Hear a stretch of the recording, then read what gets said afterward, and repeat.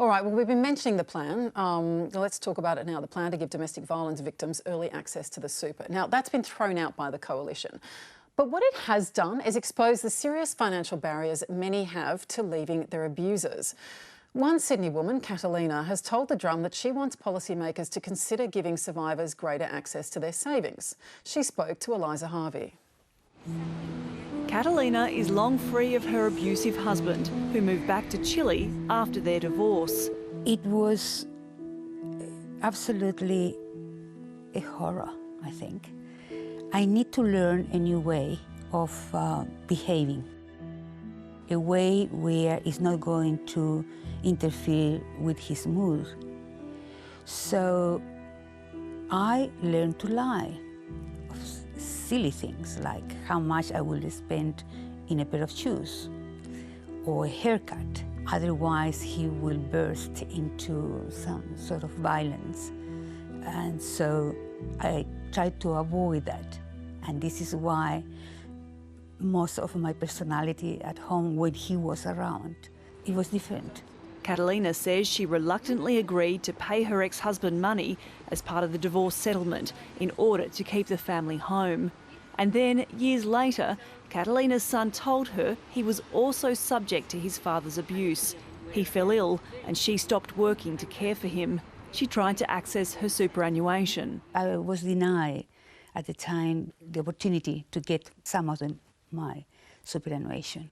How much money at that stage would have helped? 20,000 or 30,000 at the most, yeah. Huge. She had to sell the family home and now lives off a pension. Police allow people to get a superannuation when it's needed, when the person leaves a relationship like this. And for the person will have stability, which is so important, and will be able to heal better of the traumatic experience, which is to be living under domestic violence. Nicole, and Catalina there is saying this is something that she would have wanted and needed to leave abuse and to be able to care for someone who fell ill. Now, is this something you would have wanted? How did you view the suggestion that you could dip into super? Yeah, well, the thing is, we're still not looking at or addressing the issue of those of us who sit outside of the workforce. You know, as a disabled woman and a mother raising children, I had no super to dip into. If I did, and we do things that we have to do to survive and to keep our families safe, but you know, it's ultimately still a avoidance of actually properly funding a multifaceted approach to the issue. And one of the big things that supported me and you know, that I don't think I'd be here today if it wasn't for being able to access brokerage funding, which was flexible funding to spend on what I needed when I needed it to meet my needs as an individual. There is not a one-size-fits-all to this. We need to fund the sector properly. We need to fund, you know, recovery supports for victim survivors. And, you know, we also need to, you know, offer this brokerage funding. I needed access to support workers. I had no super to touch. So what was I supposed to do? And that funding gave me that freedom to be able to continue to be a mother to my children, to realise a different way of living that didn't rely on an informal support. And it gave me the room and freedom to breathe and to start rebuilding my life.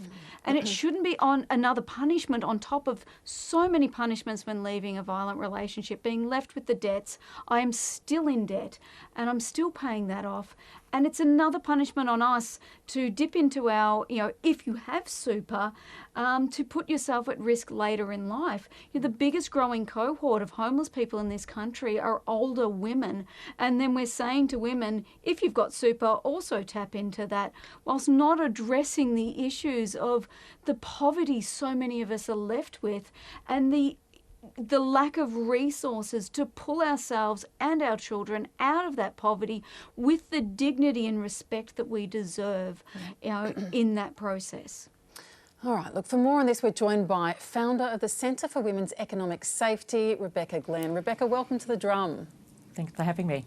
Now, Before I ask you in particular about this proposal, I mean, one of the things that this debate about women who are fleeing abusive relationships being able to access super accounts has done is revealed kind of a widespread ignorance or lack of understanding about economic abuse and the forms that it can take. Can you explain to our viewers what economic abuse is and what it can look like?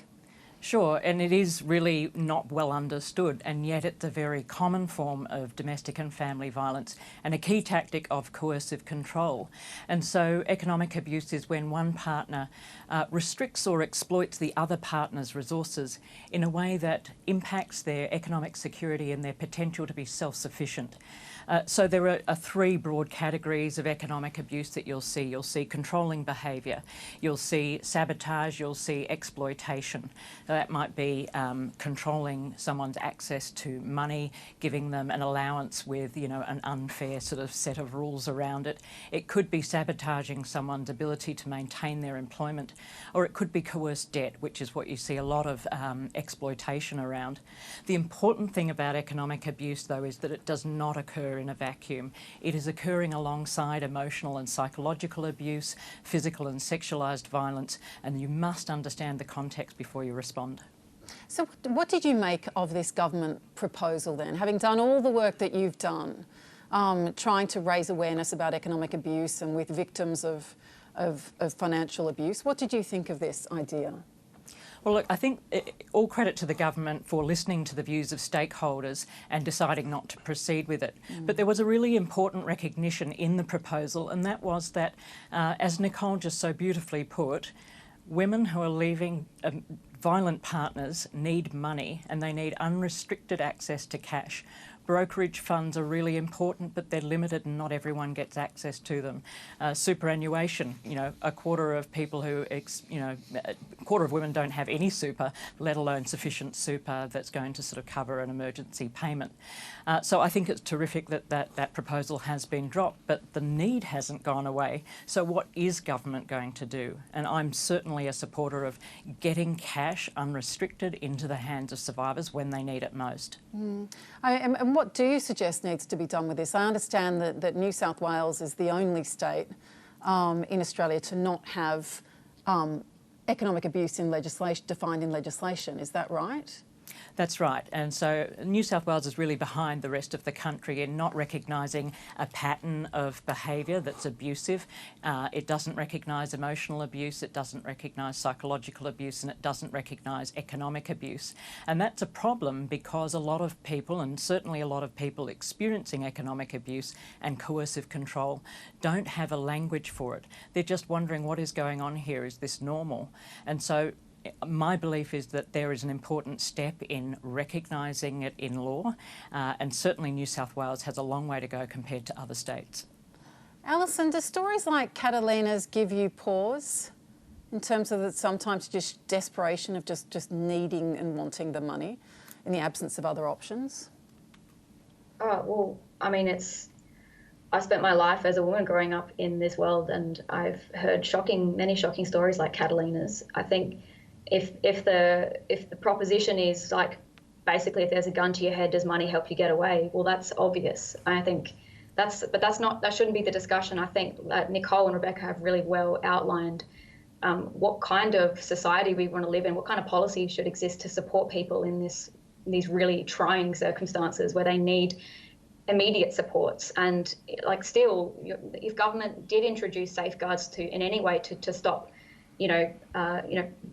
people who have abusive partners, forcing them to withdraw their funds, it still is the stark truth that the government is forcing women to do that, and it's forcing millions of people to, by not providing adequate supports. What did we have just recently? The government cut the job seeker payment cut the coronavirus supplement, and has not passed on an increase to job seeker that is above the poverty rate. So what does that say? That job seeker payments are mostly depended on by women. Welfare payments in general women depend on those the most, and they're not high enough to support people to provide an overall environment where they can move and pull themselves away from relationships of economic dependence or other forms of dependence. I think that what we need to be looking at is things far beyond, raid your super, pay for your own way out of this. We should be talking about paid domestic violence leave. 10 days paid DV leave has been the demand and the campaign that's been put forward by workers, women workers across the country for years and years. Australia is behind the 8 ball in this regard, behind New Zealand, definitely. And we have to be lifting our income supports to above poverty rates and providing that proper, decent funding to our domestic violence services, opening shelters. But this government has overseen closure of shelters and insufficient funding going to those frontline, emergency responses that women so desperately need.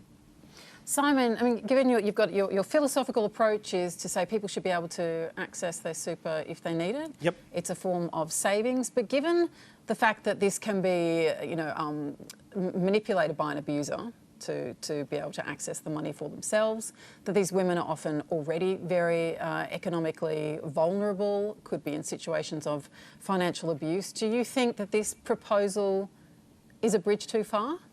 Well, no, I don't think it's a bridge too far, and I don't think anyone's suggesting it's the silver bullet solution to all these problems. I mean, at best, this is an additional tool that may help some people get out of a tough situation. I mean, those issues around the difficulty for domestic violence victims to actually escape, that's going to be a problem for any cash payment that's provided in these circumstances, right? Because, and I'm sure that one of our advocates here can correct me, Rebecca will be able to tell us something like about that, 7 times or 7 attempts to actually get away from... Right.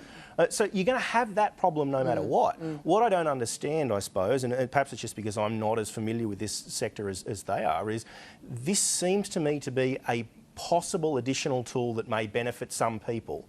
I'm not sure why we wouldn't want to take advantage of that. Rebecca, it's not perfect, but is it better than nothing? You're saying. Is it worse than nothing?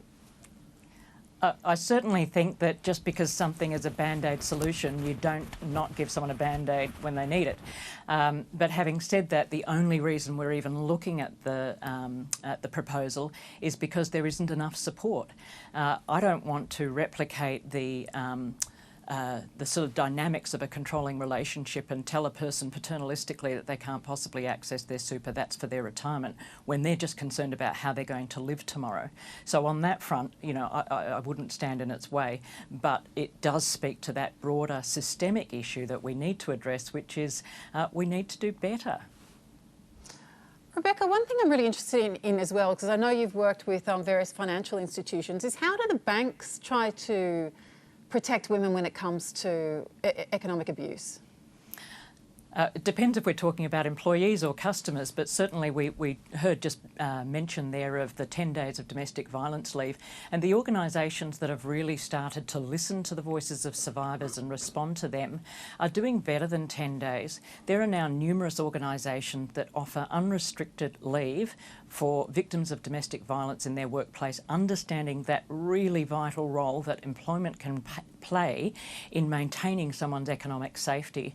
And so that's the kind of thing that I'm really interested in, is not just the government response, but how is it that the entire ecosystem can better support women's economic safety at every step along the way, and well before they reach that crisis point where they just need money now to stay safe. And what about the fact that I actually did not know that sometimes AVOs, IVOs, wherever you are, apprehended violence orders, can be used to freeze bank accounts. Is that right? I'm not aware of it ever having happened. What I'm pushing for is that we do look at financial protections in protection orders. So most protection orders are worded in such a way as to say whatever behaviour, restrict the behaviour of the defendant so that the person can stay safe. And what we know is that quite often when someone takes out an AVO, maybe there's been an incident of violence, that often bank accounts, redraws in mortgages, they get cleared out. And so my understanding is the way the law is now, there's no reason why we can't make financial protection orders part of ADVOs, or whatever they're called in all the different states and territories. So I think that's something that we could be doing now that would prevent and help women who are at risk of being cleared out. Oh, that makes sense. That's why I hadn't heard of it, because it's your great idea.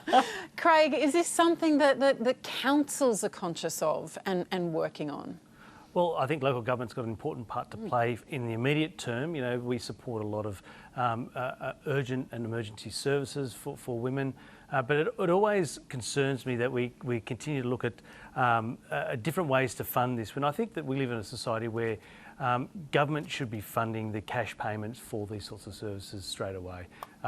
And again, when we're talking about superannuation, it just seems to be, again, women who have to dip into the superannuation, they're just going backwards even further. So, we certainly support in Sydney a lot of the organisations, and certainly homeless services that we heard, where women are at the greatest risk of homelessness over 55. So, councils are getting involved. Right, and probably more and more need, Yes. I'd imagine, over time as well. All right, I should say, if you've been affected by anything we've been discussing tonight, call Lifeline on 13 11 14 or 1800 RESPECT on 1800 737 732.